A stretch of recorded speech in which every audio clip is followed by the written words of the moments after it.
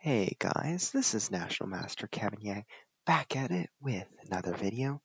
So we will be talking about the second game against Runinja, and let's get to it. So in this game I played a very interesting, what is called the Birds opening. You might be thinking, who is it named after? So of course there was a bird player. There was a person in the name, last name Bird, who played this opening. Loved the opening. Or maybe. I think it was a guy by the name of Bird. I mean, I'd have to double check on that. But if my memory is good enough, that's who I think it is. Don't trust me on that. Look it up if you want. If you're not a historian, then you don't have to look it up. So, I mean, if you want to, go ahead, but I'm here to talk about the game. F4, knight f6, knight f3, g6, d3. So my goal is to play this e4 setup, right? d5, and then we sort of develop queen b6 is an excellent move, king h1, knight g4. This is a common occurrence, okay, going for f2 in the bird. So I play d4, then after castles, h3, knight f6, c3, and you see I start to solidify my pawn chain again. Knight e4. Now, I would suggest before playing knight e4, small tip, bring your other guys out. So maybe bring the bishop out to e4 as well. Maybe that's also quite powerful. But knight e4 works as well.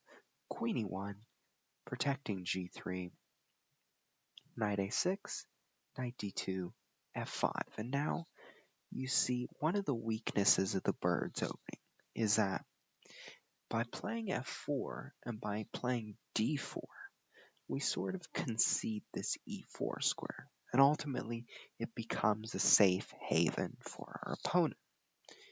That's a concession we have to make with the bird's opening, but our goal is to place our own knight on e5 as well. So there are some perks, there are some disadvantages, it's how it is.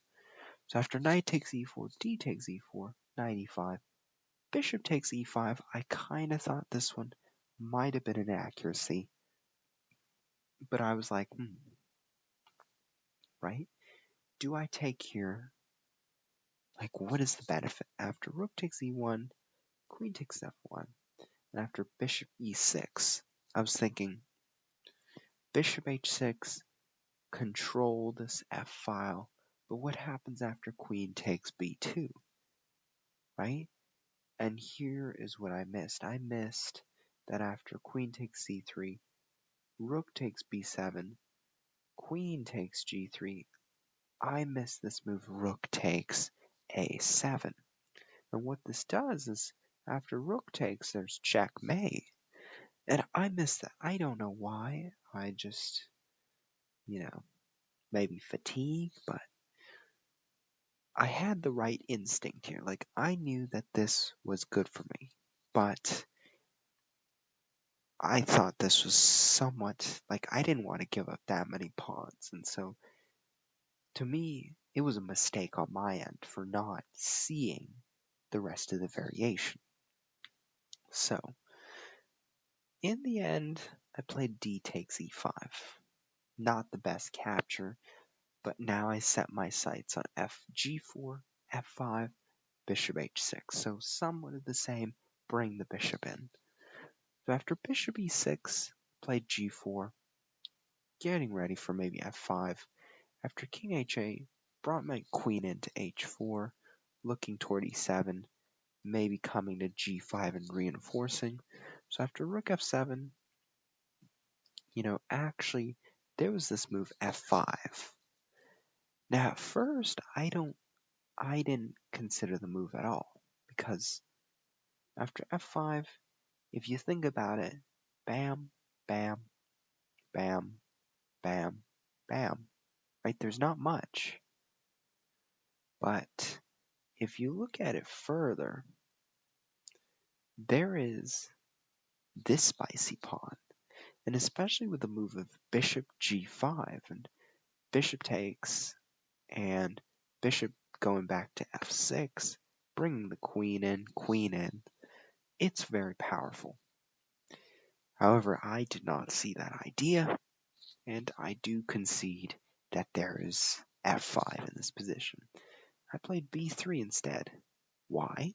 Because I wanted to get my bishop out, but I just was so stingy about not losing this pawn. And so after rook g8, I can still play f5, right? Because I can still get this bishop out here. But I don't. I want to get the bishop out here, and I just want to execute things slowly. And ultimately, that's going to give my opponent some more resources. So for example, knight c7 is one. Maybe relocating the knight and playing h5 eventually.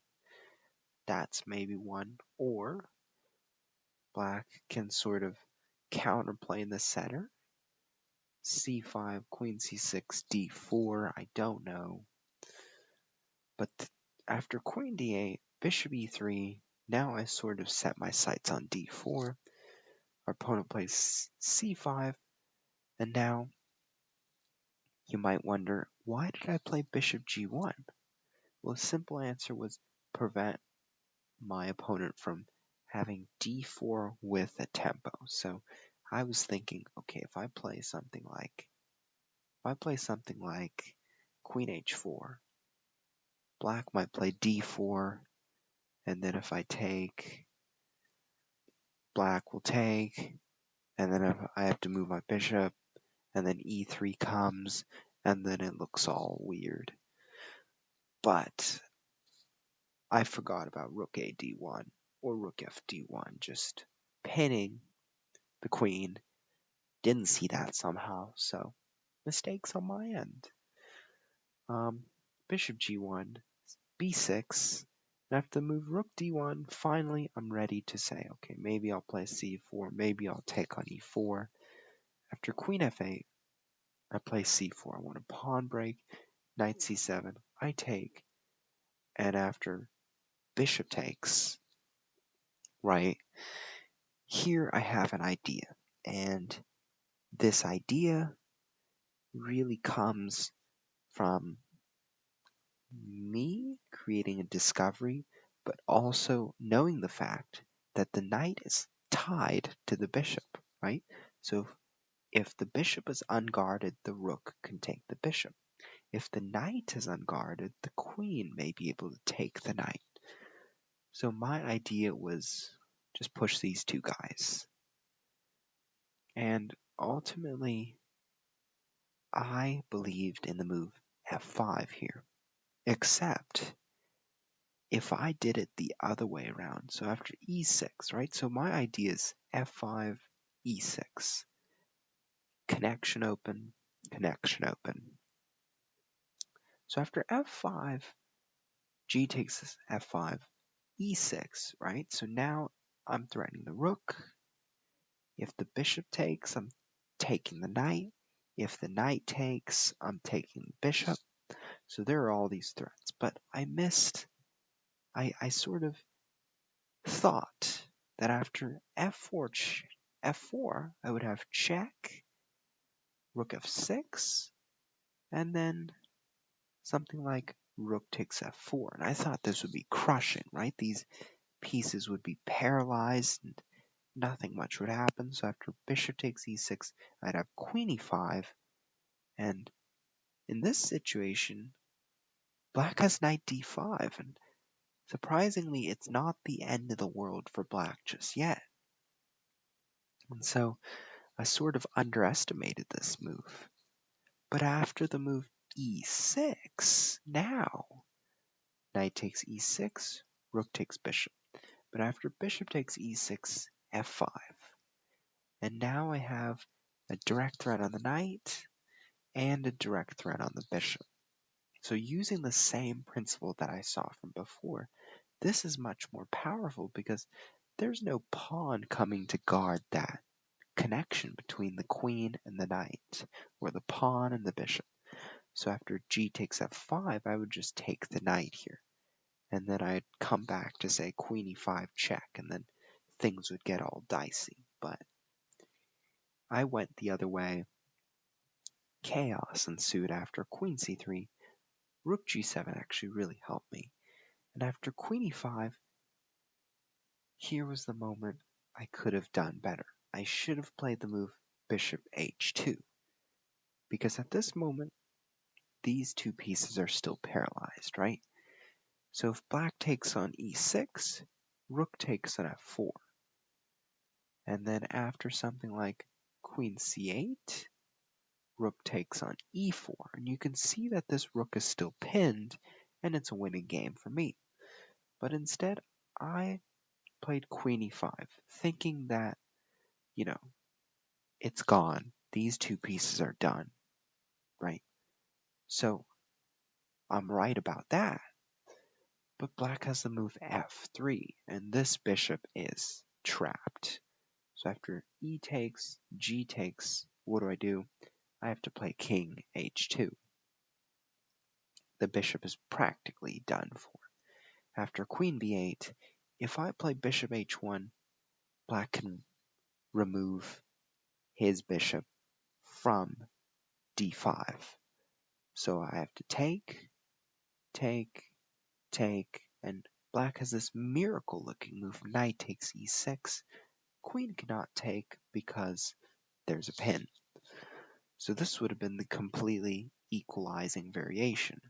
But instead, our Runinja played queen c8, and after rook takes, knight takes, queen takes, I'm ready to take both of these pawns and cruise to victory. So after rook g5, you can see I'm sort of mopping up the belongings, and then at this point, h5, very interesting, creating some sort of opportunity, but I go in and attack the rooks, because the rooks, they're dysfunctional.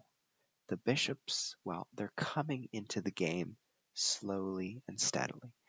So after move g5, rook g6, rook h8, now threatening the move queen f8 checkmate. Queen f7 comes, queen takes the undefended rook, still defends this rook on h8, rook f6, g takes, e takes f6, queen b8, still maintain the back rank, and checkmate ensues. So, what really gave me the win here? Well, to me, the opening part was fine on black's part. Black got what he liked, the control in the e4 square, and I guess the first mistake on black's part was bishop takes e5, right? Because now, remember what I demonstrated, the bishop coming on h6, the queen coming on f1, targeting that f8 square, but I didn't realize the potential. And after this, really, to me, I was hesitating on f5, and I didn't do it, and that was my loss. So, after all this waiting, I gave black chances, right? So if you think about it, if you look at black's suggestion here, h5, this is a classic defensive move, because the fact is now these rooks are much more coordinated. If g takes h5, g takes h5, queen h4, well, looky here. You've got rook h7.